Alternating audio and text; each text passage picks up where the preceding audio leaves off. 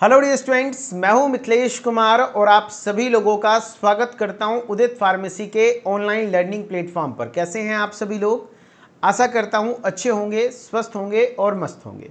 Pharmaceutics का top 20 series का आज हम लोग पार्ट 3 पढ़ेंगे। पार्ट 3 में हम लोग थर्ड क्वेश्चन को अच्छे तरीके से पढ़ने वाले हैं।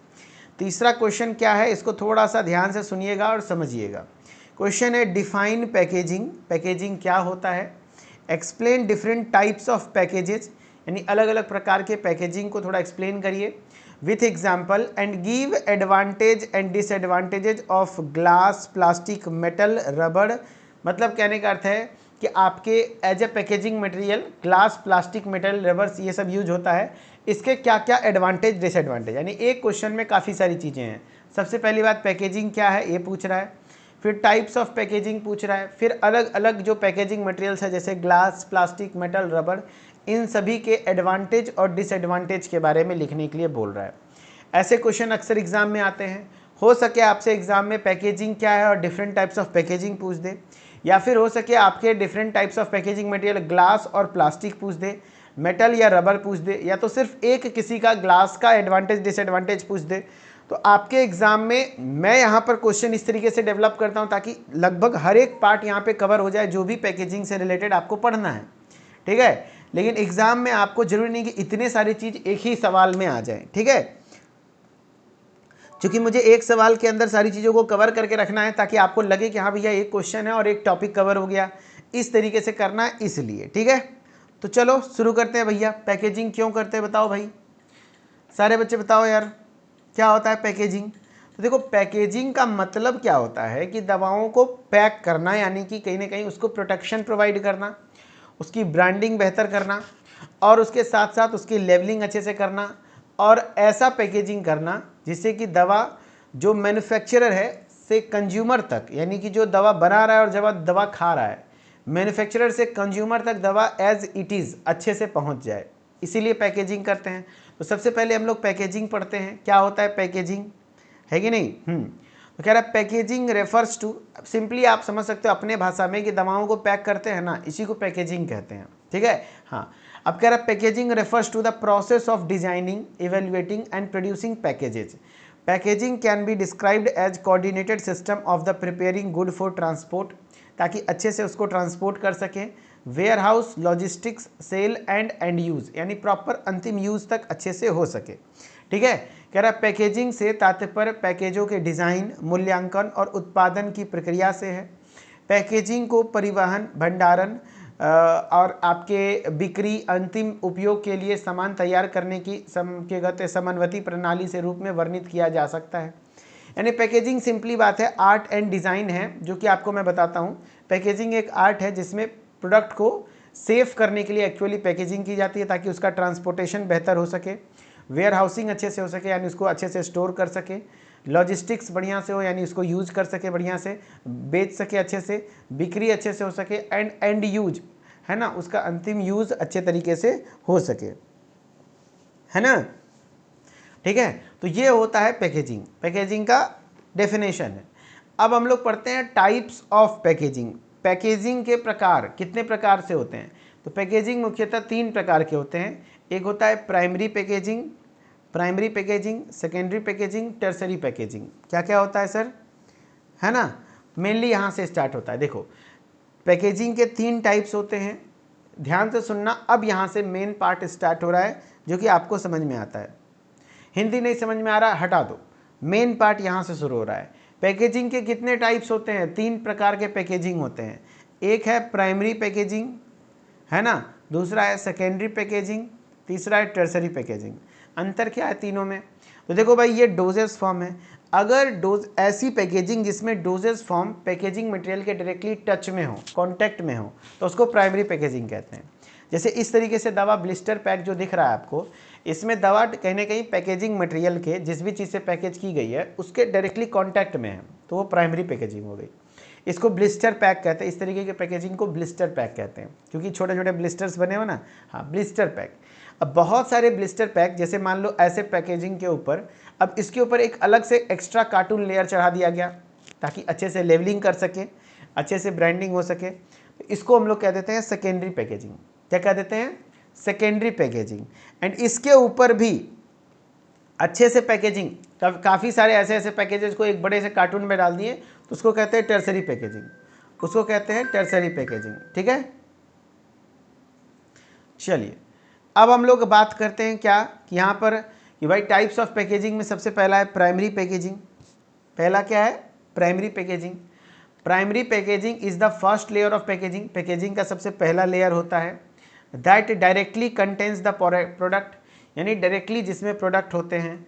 Its primary function is to protect the product. इसका मुख्य कार्य होता है प्रोडक्ट को प्रोटेक्ट करना एंड प्रोवाइड कंज्यूमर कन्वीनियंस। ठीक है, कंज्यूमर को थोड़ा सा अच्छे तरीके से आसानी से उसको यूज कर सके। ठीक है, हाँ। एग्जाम्पल्स में जैसे एग्जाम्पल में बॉटल हो गया है ना, जिसमें बेवरेजेस रहते हैं, जैसे कि आपके कप सिरप के बॉटल वगैरह हो गए। Jars for food products, blister PACS for pharmaceutical. जैसे मैं एग्जाम्पल कुछ कुछ दिखाता हूँ। ये देखो आपके बॉटल हो गए, एम्पूल हो गया, वाइल हो गया, ये सब क्या है? ये सब प्राइमरी पैकेजिंग है। जितने भी प्राइमरी पैकेजिंग ये सब जो आपको दिख रहा है ना, ये सब प्राइमरी पैकेजिंग है। जैसे कि आपके एम्पूल्स हो गए, वाइल्स हो गए, कफ सिरप हो गए, ये सब क्या है ना? तो ये सब क्या होता है आपका ये सब आपका प्राइमरी पैकेजिंग के एग्जांपल है, प्राइमरी पैकेजिंग मटेरियल के। क्योंकि यहाँ देखो दवा डायरेक्टली कांटेक्ट में है ना।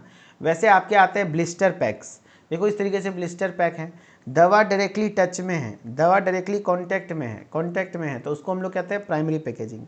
यानी प्राइमरी पैकेजिंग सबसे पहला लेयर होता है पैकेजिंग का, जो कि डायरेक्टली कांटेक्ट में होता है, जिसमें प्रोडक्ट डायरेक्टली होता है। ठीक है, और इसका मेन काम होता है प्रोडक्ट को प्रोवाइड, मतलब प्रोटेक्शन प्रोवाइड करना।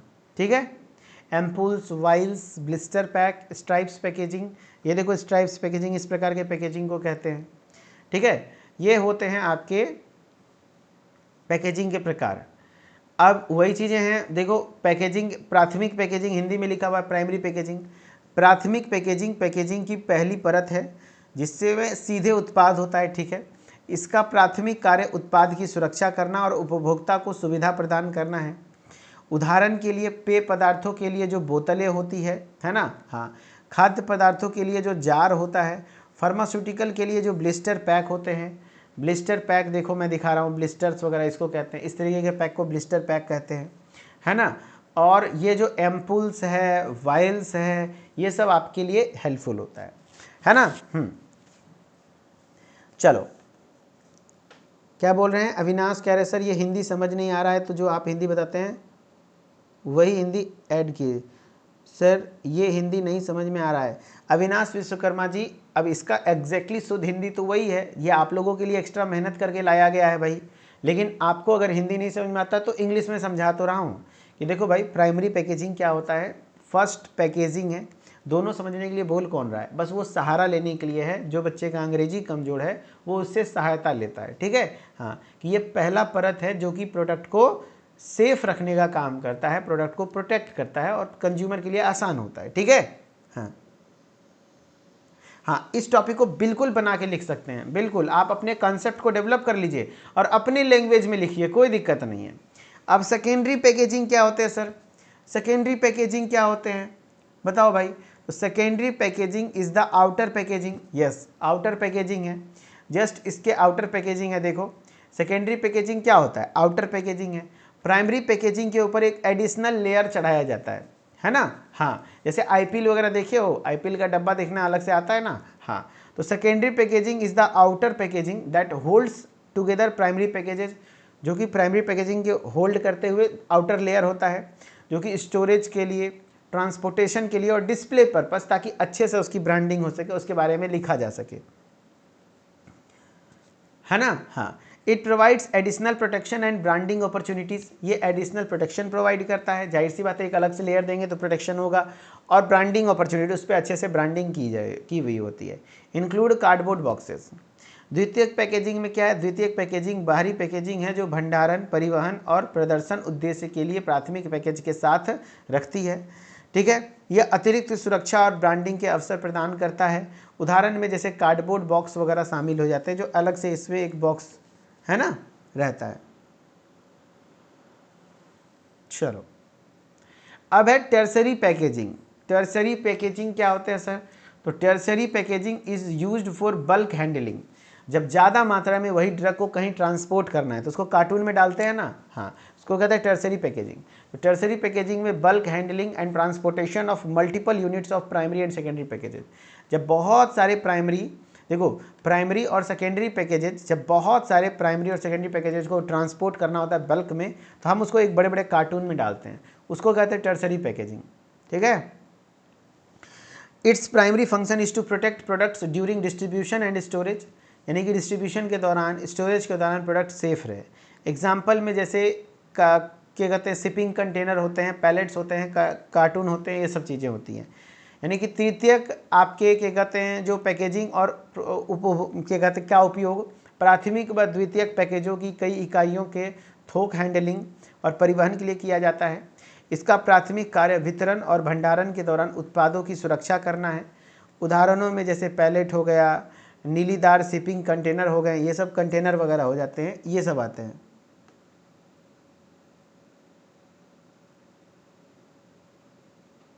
ठीक है, चलो, तो ये तीनों प्रकार की पैकेजिंग आपने समझ लिया। टाइप्स ऑफ पैकेजिंग में तीनों टाइप्स की पैकेजिंग समझ लिया, primary packaging, secondary packaging, tertiary packaging. समझ में आ रहा है?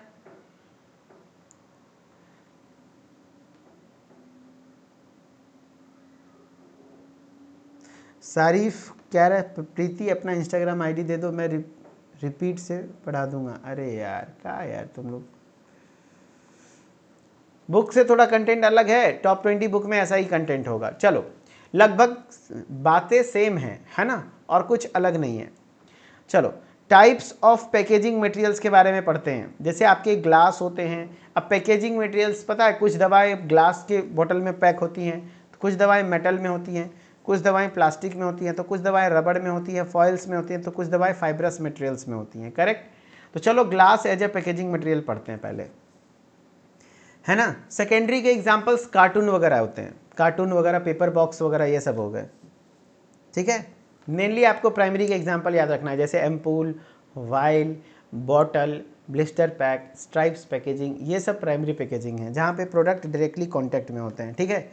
चलो, कमेंट में बकवासी करते रहते हो और कहोगे रिपीट करने, बाप चलो, ग्लास एज ए पैकेजिंग है, कभी नहीं रिपीट करेंगे ऐसे कमेंट। कभी भी आप देख रहे हैं कोई लड़की का नंबर मांग रहा है, कोई ये कर रहा है, कोई वो कर रहा है, कभी नहीं रिपीट करेंगे। यहाँ पे सी लिखा हुआ है क्या? पढ़ाई करोगे, ध्यान से सुनोगे, तब बने हम रिपीट कर देंगे, नहीं तो हमको क्या, हम पढ़ा के निकाल देंगे, पता भी नहीं चलेगा कुछ। Glass as a packaging materials, देखो, glass has been widely used as a drug packaging materials. Glass को वाइडली यूज किया जाता है आपके पैकेजिंग मटेरियल के लिए। ठीक है। ज़्यादातर दवाएं जो हैं वो ग्लास में इस्तेमाल किए, खास करके इंजेक्शंस जितने भी हैं वो सब क्या है, वो सब लगभग ग्लास में ही रखे जाते हैं। It is composed of sand, soda S, limestone and culotte, यानी कि जो आपका ग्लास है वो किससे बना होता है, कंपोज्ड होता है सैंड से, सोडा एस से, है ना, लाइमस्टोन से एंड क्यूलेट से। चलो ध्यान से सुनना, एक बार मुझे कमेंट में सारे बच्चे दिल बना दो यार, थोड़ा क्लास का माहौल बढ़िया करो, ऐसे में पढ़ाया नहीं जाता मेरे से। थोड़ा क्लास का माहौल बढ़िया करो और बढ़िया से पढ़ाई का ध्यान रखो। तो उन्हीं लोग सब जाने वाला इस बार भाई, सब जाओगे एक बगल से, हम बता तो रहे हैं। पता ही चल जाएगा कि क्या होता है बीटीयूपी। अभी बीटीयूपी को नहीं देखे हो ना, लिटरली हम बता रहे हैं, जो लोग हल्के में लिए हुए हैं ना बीटीयूपी को, सब भीतर जाओगे, टेंशन ना लो। चलो, सबकी बात नहीं कर रहा हूँ, लेकिन जो लोग हल्का में लिया हुआ है ना, सब एक दो, हम तो देखें 2021 से लटका हुआ है ना, एक बार नहीं, दो बार लटकोगे, तब समझ में आएगा कि हाँ भैया क्या होता है बीटीयूपी। अभी बीटीयूपी को पहचानते नहीं हो, क्या है बीटीयूपी। ठीक है। 12th में 92% लाया था, सीबीएसई से था, बीटीयूपी में फेल हो गया। बीटीयूपी वो बोर्ड है। और 12th में 42%, 15 साल पढ़ाई छोड़े हुए वो पास हो गया। ये है बीटीयूपी। ठीक है, ध्यान रखना, सब हेकड़ी निकाल देगा।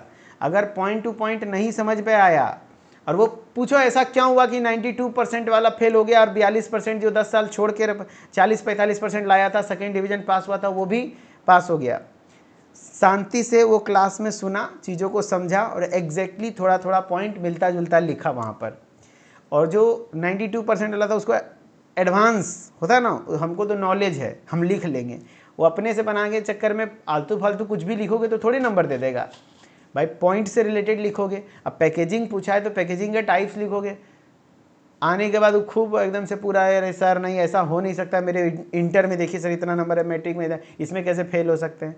फेल हो गए, फिर रीएवैल्यूएशन कराया, फिर फेल हो गया रिवैल्यूएशन कराने के बाद फिर फेल हो गया, फिर वो सेकेंड ईयर के साथ पेपर दे करके अभी सेकेंड ईयर में मेरे साथ पढ़ रहा है और फर्स्ट ईयर का पेपर भी देगा। भाग मानो कि एक सब्जेक्ट में बैक लगा था, ठीक है। इसीलिए मैं बोल रहा हूं भाई फोकस में रखो, ठीक है, ऐसे नहीं तो हल्के में लोगे तो दिक्कत हो जाएगा। चलो डरा नहीं रहा हूं, वास्तविकता से परिचित करा रहा हूं, ठीक है। अपने शब्दों में आंसर लिख सकते हैं लेकिन टॉपिक से मिलता जुलता, टॉपिक से हटके नहीं। कुछ भी कहानी लिख दोगे थोड़ी नंबर मिल जाएंगे। देखो भाई पैकेजिंग में पढ़ा रहा था, पैकेजिंग में different types of packaging, primary packaging, secondary packaging, tertiary packaging. Primary packaging का मतलब क्या होता है, इसमें दवाओं की सबसे पहली लेयर होती है, ये पहला परत होता है जो कि प्रोडक्ट को डायरेक्टली कंटेन करता है, जिसमें प्रोडक्ट होते हैं, और ये प्रोडक्ट को प्रोटेक्ट करता है, ठीक है। हाँ, और याद रखना एग्जाम्पल में ampoule, vials, bottles, jar, blister pack, stripes packaging, ये सब होते हैं। एंड फिर सेकेंडरी पैकेजिंग क्या होता है, एक आउटर पैकेजिंग होती है जो कि प्राइमरी पैकेजिंग के ऊपर होता है, जो कि मेनली स्टोरेज और ट्रांसपोर्टेशन या डिस्प्ले पर्पस यानी दिखाने के लिए, ताकि उसके ऊपर अच्छे से लेवलिंग की जा सके, इसके लिए की जाती है। टर्सरी पैकेजिंग क्या होता है, बल्क हैंडलिंग के लिए, ज़्यादा मात्रा में हैंडलिंग करना है, ट्रांसपोर्टेशन करना है ज़्यादा मात्रा में, तब उसको हम लोग बड़े बड़े कार्टून में रख देते हैं, उसको टर्सरी पैकेजिंग कहते हैं। बस अब टाइप्स ऑफ पैकेजिंग मटेरियल्स पूछ रहा है तो आपके अलग अलग टाइप्स ऑफ पैकेजिंग मटेरियल्स होते हैं, जैसे ग्लास होते हैं, मेटल होते हैं, प्लास्टिक होते हैं, रबड़ होते हैं, फॉइल्स होते हैं। लेकिन आपको ग्लास, मेटल, प्लास्टिक, रबड़, ये चारों के बारे में थोड़ा थोड़ा पढ़ना है, क्या किसके फ़ायदे हैं, क्या किसके नुकसान हैं। जैसे सबसे पहले हम लोग glass as a packaging material की बात करते हैं, तो glass has been widely used during packaging materials. Yes, drug के पैकेजिंग में खास करके पेरेंट्रल्स फॉर्मुलेशन यानी जितने भी इंजेक्शन होते हैं उसके लिए ग्लास ही यूज होता है। और ग्लास बना होता है किसके, sand, soda S, limestone, culotte, और उसमें क्या क्या होता है, सिलिकॉन, एल्युमिनियम, सोडियम, पोटेशियम, है ना, calcium, magnesium, zinc, generally used in the preparation of glass. यानी ग्लास के प्रिपरेशन यानी इस सब एलिमेंट्स का इस्तेमाल भी होता है। यानी हिंदी में देखो क्या लिख रहा है, पैकेजिंग सामग्री के रूप में कांच दवा पैकेजिंग सामग्री रूप से कांच का व्यापक रूप से उपयोग किया जाता है। यह रेत, सोडा एस, चूना पत्थर और क्या कहते हैं कलेट, क्यूलेट से बना होता है। आमतौर पर कांच की तैयारी में silicon, aluminium, sodium, potassium, calcium, magnesium, zinc का उपयोग किया जाता है। इसका ट्रिक है आलसी नाका मांगे, आलसी नाका मांगे जिंक पोटेशियम, आलसी नाका मांगे जिंक पोटेशियम। देखो आलसी एल्युमिनियम, सिलिकॉन, ये दोनों हो गया, नाका यानी सोडियम, सोडियम और कैल्शियम हो गया, Na से सोडियम, कैल्शियम। आलसी नाका मांगे, मांगे मतलब हो गया मैग्नीशियम, जिंक और पोटेशियम, ये होता है इसका ट्रिक, आलसी नाका मांगे जिंक पोटेशियम। लिख के रख लीजिएगा, आलसी नाका मांगे जिंक पोटेशियम, ठीक है। अब इसके कुछ एडवांटेजेज हैं और कुछ डिसएडवांटेज हैं। एडवांटेज क्या है, दे आर हाइजेनिक, ये क्या होते हैं, हाइजेनिक होते हैं, साफ़ सुथरा होता है। एंड कैन बी स्टेरलाइज्ड, है ना, इसको स्टेरलाइज कर सकते हैं हम लोग, ठीक है। And they are relatively non reactive, ये रिलेटिवली नॉन रिएक्टिव होते हैं। ध्यान रखिएगा, ग्लास के बारे में बात कर रहे हैं, ग्लास के एडवांटेजेस क्या हैं, ये हाइजेनिक होता है, यस साफ़ सुथरा होता है, और इसको हम लोग स्टेरलाइज कर सकते हैं। यस, गर्म पानी में धो देंगे, खौला देंगे, धूप में रख देंगे तो स्टेरलाइज हो जाएगा, कोई भी माइक्रोब्स वगैरह नहीं रहेगा। रिलेटिवली नॉन रिएक्टिव, ऐसा नहीं कि दवाई रखेंगे तो दवा से रिएक्शन कर ले, नहीं, इनर्ट होता है। They can be easily labelled, इसके लेवलिंग करना आसान है इसके ऊपर। They have good protection power, हाँ स्ट्रेंथ भी अच्छा था, मजबूती भी अच्छा है, तो प्रोटेक्शन अच्छा करता है। ट्रांसपेरेंट होता है, आर पार दिखता है। They are available in various size and shapes, अलग अलग शेप और साइज में अवेलेबल हो सकता है। विस्टैंड वेरिएटी ऑफ टेम्परेचर्स, अलग अलग लेवल के टेम्परेचर को भी झेल सकता है ये। They are economical and easily available, yes economical भी होते हैं एंड ईजिली अवेलेबल। इकोनॉमिकल मतलब है थोड़ा सा सस्ता और ईजिली अवेलेबल है। They do not deteriorate with age, यानी एज के साथ ऐसा नहीं कि खराब हो जाएगा, सर ग्लास कभी सड़ता नहीं है, ये मतलब खराब नहीं होता है। इसके फायदे को हिंदी में देखो, वे स्वच्छ हैं और उन्हें कीटाणु रहित यानी स्टरलाइज किया जा सकता है। अपेक्षाकृत गैर प्रतिक्रियाशील हैं, यानी कि बहुत कम रिएक्टिव होते हैं, नॉन रिएक्टिव होते हैं, ठीक है। उन्हें आसानी से लेबल किया जा सकता है, लेबलिंग करना आसान है, उनमें अच्छी सुरक्षा शक्ति होती है, ये पारदर्शी होते हैं, विभिन्न आकार और आकृतियों में उपलब्ध होते हैं, विभिन्न तापमानों को सामना कर सकते हैं, ये अलग अलग डिफरेंट टेम्परेचर्स को सामना कर सकते हैं, ये किफ़ायती और आसानी से उपलब्ध हैं, समय के साथ साथ खराब नहीं होते, यानी एज के साथ डिटोरिएट नहीं होता है। ठीक है, हाँ। जैसे आपके देख लो भाई, ग्लास के तौर पर यूज़ होता है, वाइल्स, एम्पुल्स, ये सब क्या है, ये सब वाइल्स और एम्पुल्स क्या है, ये सब glass as a packaging material के एग्जाम्पल हैं। और बॉटल्स, ब्लिस्टर्स, ये सब अलग अलग, ये प्लास्टिक का यूज़ होता है, ये सब प्राइमरी पैकेजिंग के एग्जाम्पल है, ये सब प्राइमरी, क्योंकि देखो दवा डायरेक्टली इसके कॉन्टैक्ट में होता है ना, इसलिए। ठीक है। अब ग्लास के भी 4 टाइप्स होते हैं, उसको भी याद रखिएगा। Type 1 glass, type 2 glass, type 3 glass, type 4 glass, 4 प्रकार के ग्लास होते हैं। टाइप 1 को हम लोग बोरोसिलिकेट ग्लास के नाम से जानते हैं, जो कि हाईली रेजिस्टेंट होता है। जितने भी लैब इक्विपमेंट्स हैं वो टाइप 1 ग्लास यानी बोरोसिलिकेट ग्लास से बने होते हैं। सबसे A1 क्वालिटी का ग्लास, बेस्ट ग्लास यही होता है, बोरोसिलिकेट, जो कि इसके लिए टेस्ट किया जाता है पाउडर ग्लास टेस्ट। बाकी ये आप याद मत रखिए, ये आप याद मत रखिए, बस इतना याद रखिए कि कितने टाइप्स के ग्लास होते हैं। 4 प्रकार के मुख्यतः ग्लास होते हैं। हाईली रेजिस्टेंट ग्लास, जो कि एसिड रेजिस्टेंट होते हैं, टेम्परेचर रेजिस्टेंट होते हैं, जल्दी खराब नहीं होता। जो भी बीकर वगैरह लैब में देखते हैं वो सब बोरोसिलिकेट लिखा होगा उस पर। दूसरा है ट्रीटेड सोडा लाइम ग्लास, यानी दूसरा है।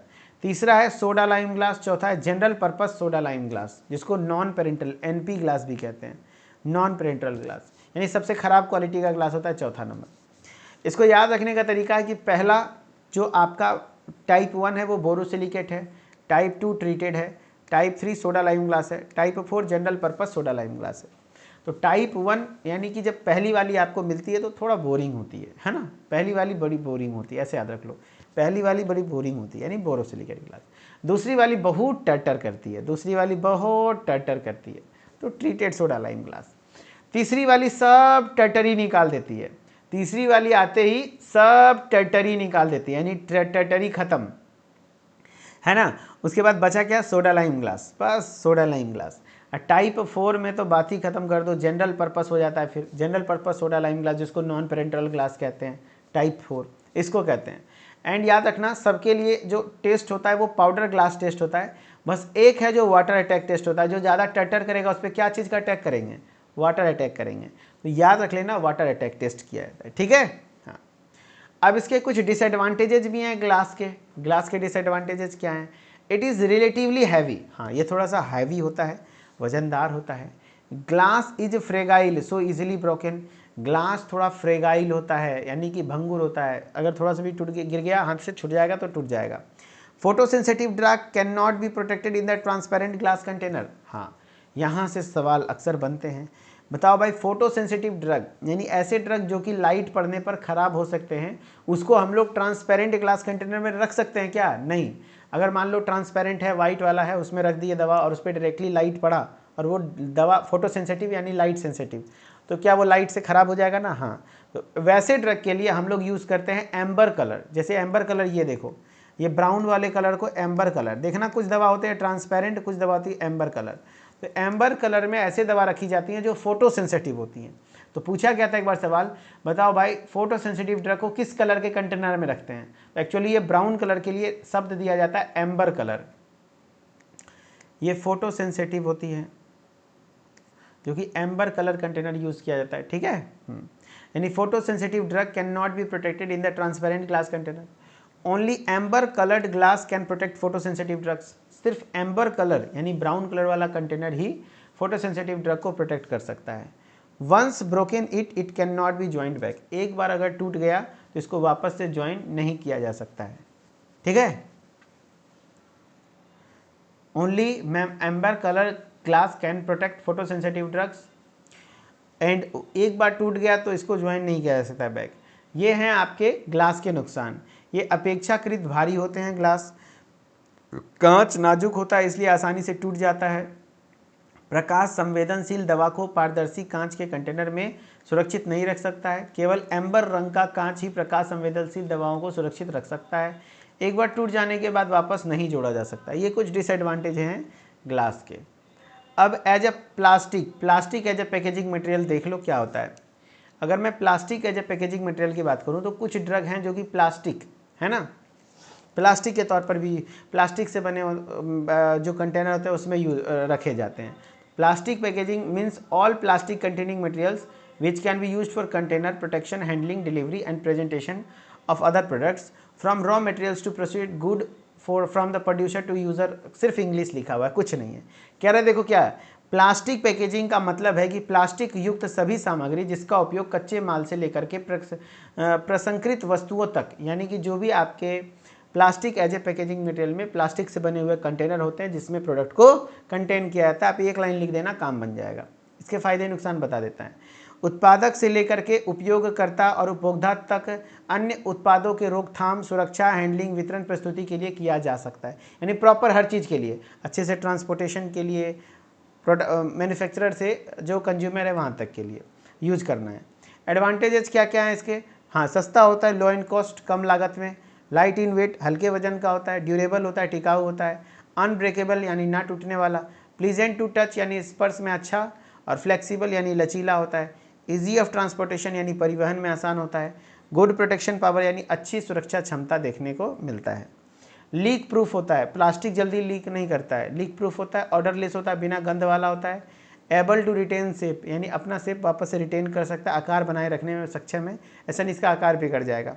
रेजिस्टेंट टू इनऑर्गेनिक केमिकल्स यानी जो भी केमिकल वगैरह उससे प्रतिरोध है, यानी कि उससे कोई रिएक्शन शो नहीं करता है, ठीक है। लेकिन कुछ डिसएडवांटेज हैं, प्लास्टिक की स्ट्रेंथ उतनी अच्छी नहीं है, लो मैकेनिकल स्ट्रेंथ, यस, कम यांत्रिक शक्ति होती है, not completely impermeable to moisture and gases, कुछ मॉइस्चर जो नमी और गैसेस हैं वो थोड़ा सा नमी, गैस आदि के लिए पूरी तरह से अभेद्य नहीं है, थोड़ा बहुत नमी और गैसेस पार कर जाते हैं। Liable to attract dust and dirt यानी धूल और गंदगी आकर्षित होता है, यानी कि उसमें चिपकता है, ठीक है। कैन बी परमिएबल, पारगम्य हो सकता है। इट कैन कॉज एब्जॉर्प्शन और एब्जॉर्प्शन यानी अधिवेशन, और मतलब प्लास्टिक के ऊपर चीज़ें धूल वगैरह मिट्टी जम जाती हैं ज़्यादा, ठीक है। हाँ, वही चीज़ें बोल रहा है, एब्जॉर्प्शन, और अगर अंदर चला गया तो उसको एब्जॉर्प्शन, सरफेस पर रहा तो एब्जॉर्प्शन, ठीक है। ये चीज़ें कुछ डिसएडवांटेज हैं plastic as a packaging material का, ठीक है। अब metals as a packaging material की मैं बात करूँ, मेटल्स में जिसमें आपके अलग अलग मेटल यूज होते हैं।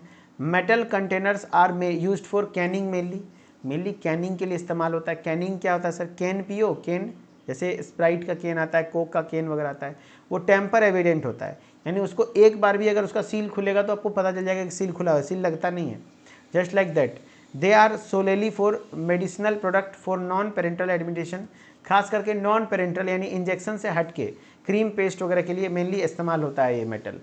It is resistant to high and low temperatures, high और लो टेम्परेचर के लिए रेजिस्टेंट होता है। It forms an excellent tamper evident container, एक बढ़िया टेम्पर एविडेंट कंटेनर बनाने का काम करता है, यानी कि अगर टेम्पर एविडेंट मतलब होता है कि कोई भी अगर इसमें टेम्परिंग हुई है यानी कि इसमें छेड़छाड़ हुई है तो तुरंत पता चल जाएगा कि हाँ भैया छेड़छाड़ हुई है। पैकेजिंग सामग्री के रूप में धातु के कंटेनरों का उपयोग मुख्य रूप से डिब्बाबंदी के लिए किया जाता है, वही कैनिंग के लिए। इसका उपयोग केवल गैर पेरेंटल प्रशासन के लिए, यानी कि वही जो नॉन पेरेंटल एडमिनिस्ट्रेशन है उनके लिए की जाती है। यह उच्च और निम्न तापमान के लिए प्रतिरोधी है। यह एक उत्कृष्ट छेड़छाड़ प्रूफ कंटेनर है, यानी कि अगर किसी प्रकार की भी टेम्परिंग हुई है तो उसमें पता चल जाएगा, ठीक है। इसके एडवांटेजेस ये हैं कि दे आर ड्यूरेबल, ये टिकाऊ होते हैं।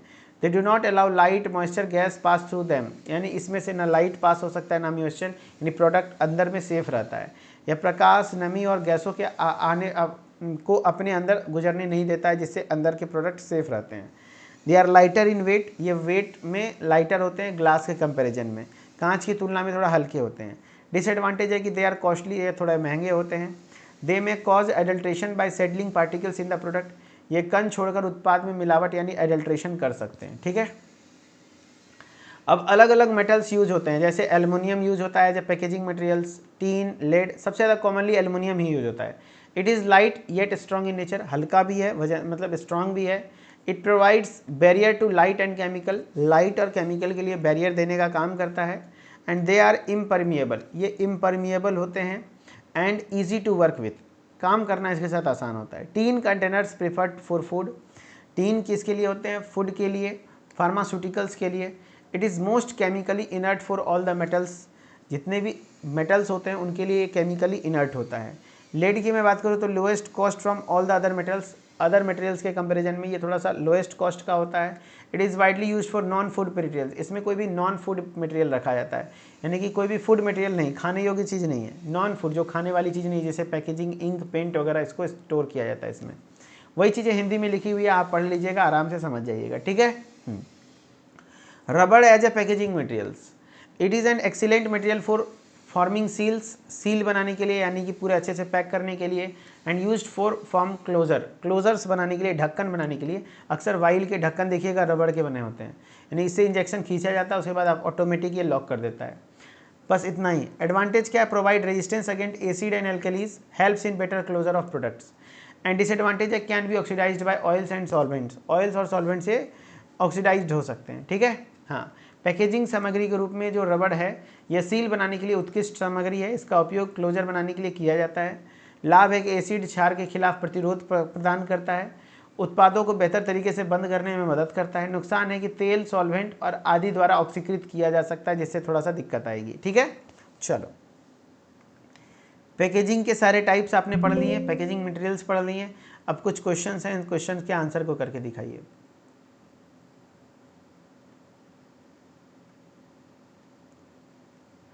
What is primary packaging, primary packaging क्या है बताओ।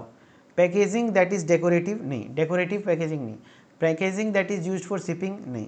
Packaging direct contact with the dosage form, direct contact में है तो उसको डोजेस फॉर्म में, तो उसको हम लोग कहते हैं primary packaging, answer C. Next है, which of the following is not an example of primary packaging, primary packaging का एग्जाम्पल कौन सा नहीं है। Bottle, vial, carton, blister pack. तो बॉटल में तो डायरेक्टली दवा रखा जाता है, वाइल में भी रखा जाता है, ब्लिस्टर पैक में भी रखा जाता है, कार्टून में कभी भी डायरेक्टली नहीं, ये सेकेंडरी या तो टर्सरी होगा।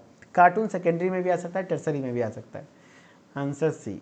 ऐसे क्वेश्चन पूछे जाते हैं। Which material are example of tertiary packaging, tertiary packaging के एग्जाम्पल कौन से हैं। Plastic bottles, aluminium cans, glass jars, paper, cardboard, paper board. तो ग्लास जार के अंदर तो दवा रखा जा सकता है, एल्युमिनियम केन के अंदर भी, प्लास्टिक बोतल के अंदर भी, तो वो सब प्राइमरी हो गए, जबकि पेपर, कार्डबोर्ड, पेपर बोर्ड ये सब टर्सरी में चला जाएगा, ठीक है। Which of the following element is not typically used in the preparation of glass, which of the following element is not typically used in the preparation of glass.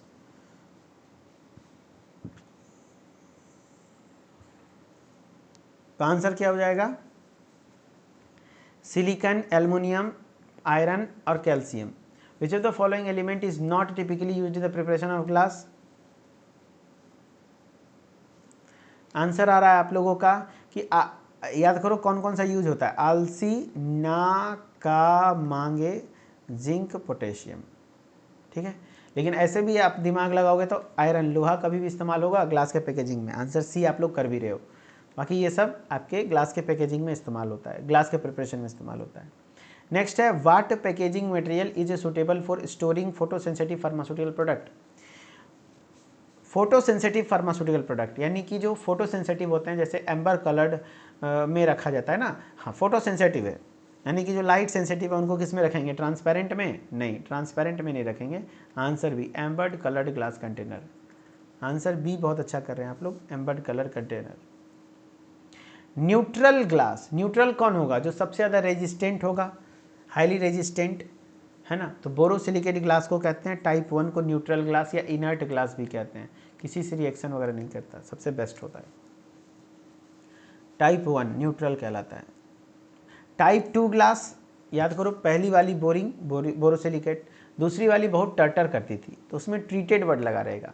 अब बच्चा confuse हो गया था, बोरोसिलिकेट ट्रीटेड तो कहीं है ही नहीं sir, अरे soda lime glass, soda lime treated glass, हम ट्रीटेड पहले बोले थे, ये बीच में लगा दिया, आंसर मार दो C, soda lime treated glass. Treated soda lime glass बोले या सोडा लाइम ट्रीटेड ग्लास बोले, बात बराबर है। टाइप 3 ग्लास, पहला वाला बोरिंग, दूसरी वाली टर्टर कर दी, तीसरी वाली सब टर्टर ही खत्म कर दी थी, तो सिर्फ बचा था सोडा लाइम ग्लास। ट्रीटेड तो होगा ही नहीं, नॉन पेरेंट्रल तो चौथा में चला गया, बोरोसिलिकेट नहीं, soda lime glass, answer D, answer D. बस यहाँ से ऐसे ऐसे सवाल आते हैं। आई होप कि आपको चीज़ें समझ में आई होंगी, अच्छे से पढ़ाई कीजिए, रिवीजन कीजिए, है ना। आप थोड़ा सा इन चीज़ों को समझा करिए, तबीयत ख़राब होने के बावजूद भी, दवाओं के साथ भी आपके साथ कंटिन्यू लाइव आते हैं लोग, अच्छे से सारे टीचर्स मन से पढ़ा रहे हैं।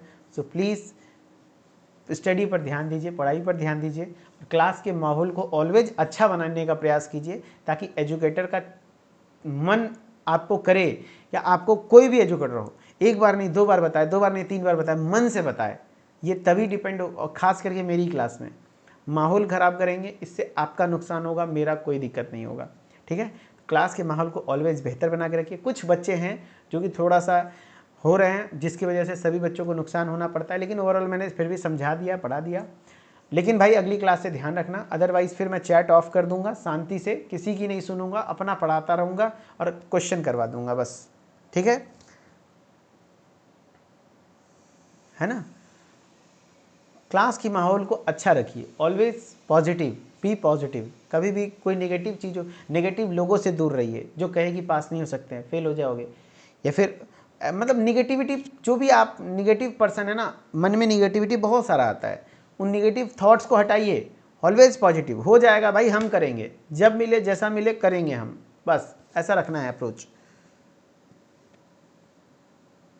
चलो ठीक है, okay, thank you so much. Mithileshwar official के साथ कनेक्टेड रहिए, ओके, थैंक यू।